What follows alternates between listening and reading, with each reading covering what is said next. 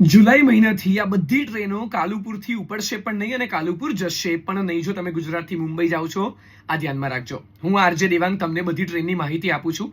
તો જુલાઈ મહિનાથી એટલે કે 5મી અને 7મી જુલાઈથી અમદાવાદ મુંબઈ વચ્ચે જે એસી ડબલ ડેકર ટ્રેન જે છે એ મણિનગરથી ઉપડવાની છે. જ્યારે પાછી આવશે મુંબઈથી ત્યારે આ ટ્રેન માત્ર વટવા સુધી જ જશે. 70 દિવસ સુધી 12મી સપ્ટેમ્બર સુધી રીડેવલપમેન્ટનું કામ કાલુપુર રેલવે સ્ટેશન પર ચાલવાનું છે. હવે અમદાવાદ વલસાડ ગુજરાત ક્વીન જે છે એ પણ 5મી જુલાઈથી મણિનગરથી ઉપડશે. તો મુંબઈથી અમદાવાદ આવતી ગુજરાત એક્સપ્રેસ જે છે એ કાલુપુર નહીં આવે, એ વટવા સુધી આવશે.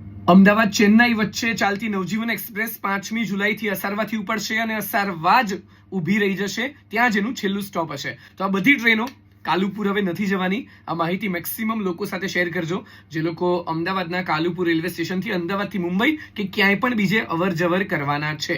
અને આ તમારી સામે સ્ક્રીન પર જે ટ્રેન છે એ બધાને સાબરમતી શિફ્ટ કરવામાં આવી છે.